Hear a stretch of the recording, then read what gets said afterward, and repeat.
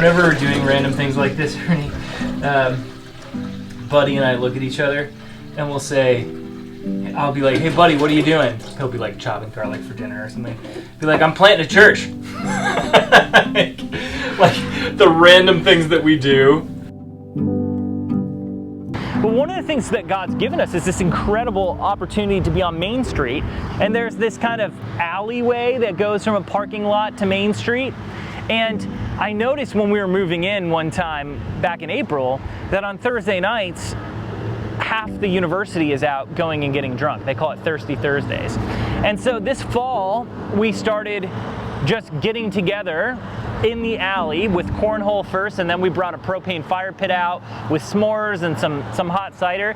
And I go out there in our collar, and some students join me, but we'll be out there till 1 a.m. just having conversations with people, offering s'mores and hospitality on Main Street.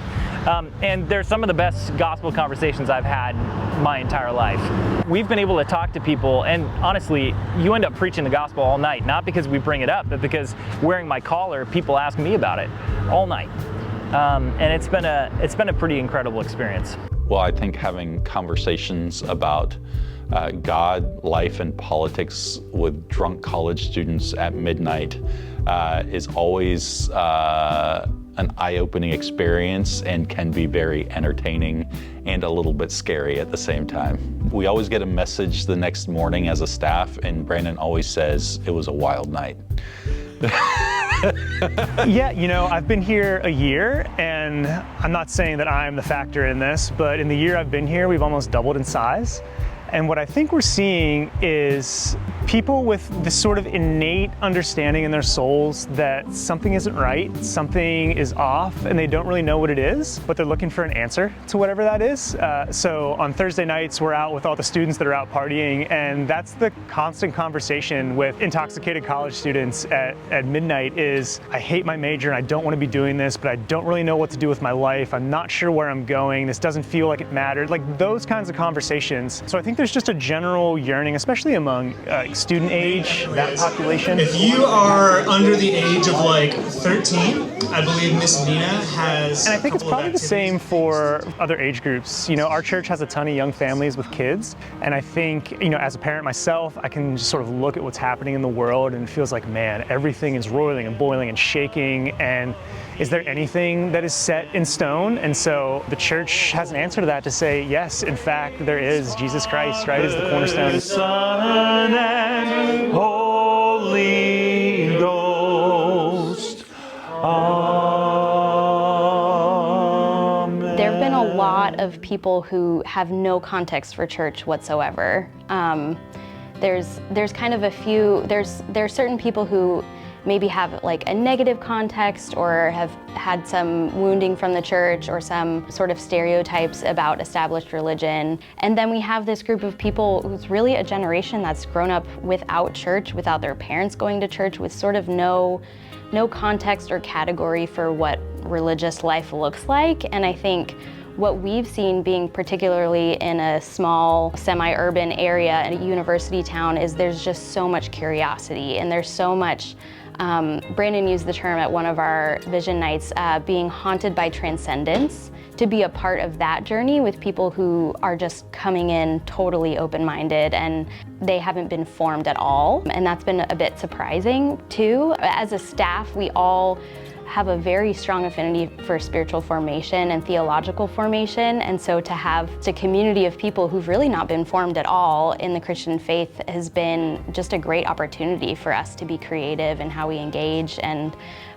how we think about what is going to serve them best and bring them closer to Jesus.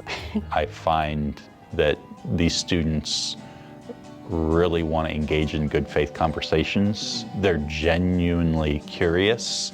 Honestly, Brandon being out here with a collar is really helpful because, number one, I think that tends to break down the stereotype that people tend to have about pastors and about priests. And so a guy who's out there just willing to be present and to engage and to listen, a humble yet bold way is really attractive to them. The people that are coming into GBA are either new to the faith, or were in the church and have left and are coming back, and that's been a real gift. Not that, you know, we don't want folks that are exploring our tradition, that's amazing, but a lot of our growth has been people that have no knowledge of the church, or have never been in church, or have left and for whatever reason are coming back, and so that's been a real gift. You want to be in a place where people will just stumble over you. You're there. You're not in the woods somewhere. You're where people are going to fall right over you.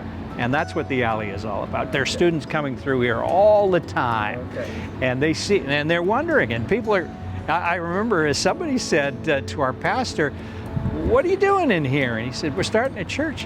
And the guy was just kind of, "Church, that's unusual, you know?"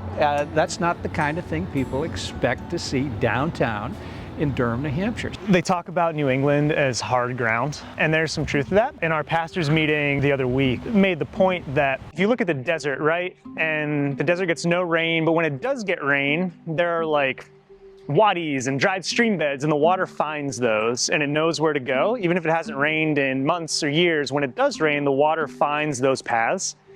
And he compared that to New Hampshire and to revival, and he said, you know, revival is not foreign to New Hampshire. We had the Great Awakening that was here in New England. And he said, I wonder if, as much as we talk about how hard the ground is here, I wonder if there are stream beds that are dry and are overgrown and they're covered in all kinds of junk. But if the Spirit, God would pour His Spirit out, I wouldn't be surprised if it found those stream beds, because it's happened here before. It's been a long time, but there's a deep history of that here. And so as we're ministering and we're trying to be a gospel presence in our community, that's something that we're praying for, is in whatever word, if it's revival or outpouring of the Spirit, whatever. But there's a history of that here, and I tend to agree with this pastor friend that I think, you know, should God decide to pour His Spirit out in a really profound way, I think those waters could easily find the stream beds. And so we're praying for that. I think most people just in our diocese don't know what's going on here. No, go ahead. And sometimes I want them to know what the investment of the diocese means, if that makes sense. You know, like, this is the kind of work that we do is like only possible because of the diocese, and it's good to be able to tell them that story. I'm gonna grab some more cider and stuff, okay? Yeah, you grab the cider now?